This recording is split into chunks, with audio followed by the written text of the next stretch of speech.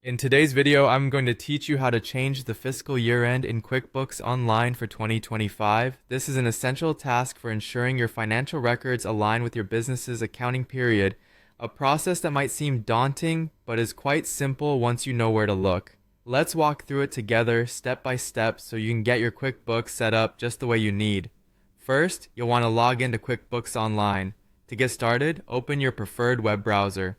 For optimal performance, we recommend using Chrome. Once you've done that, navigate to the QuickBooks Online website. Here, you'll be prompted to enter your credentials. Just type in your email and password associated with your QuickBooks account and log in. Once you're logged in, it's time to find the settings. Look towards the top right corner of your screen for a small gear icon. It might seem easy to overlook, but this little icon is your gateway to customizing multiple settings in QuickBooks. Go ahead and click on the gear icon.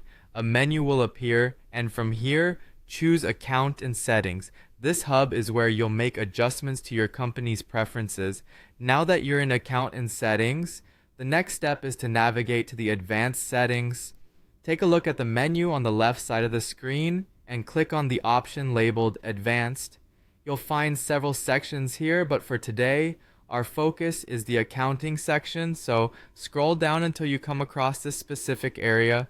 Here you're looking for the option that lets you set the first month of the fiscal year. You'll notice a drop-down menu next to this text. By default, many businesses operate on a calendar year, so this might already be set to January. However, if your fiscal year ends in a different month, you'll want to update this setting. For example, if your fiscal year wraps up in March, you'd select March from the menu. Once you've chosen the correct month for your fiscal year end, ensure you scroll down to the bottom of the section and click Save. This confirms your changes and makes sure they are applied correctly to your account settings. To wrap things up, click Done. This will close the settings window and take you back to the main dashboard. It's always a good idea to double check that your reports now reflect the updated fiscal year end.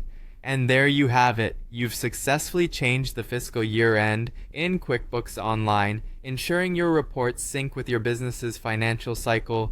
You can now rest easy knowing your accounting records will be accurate moving forward.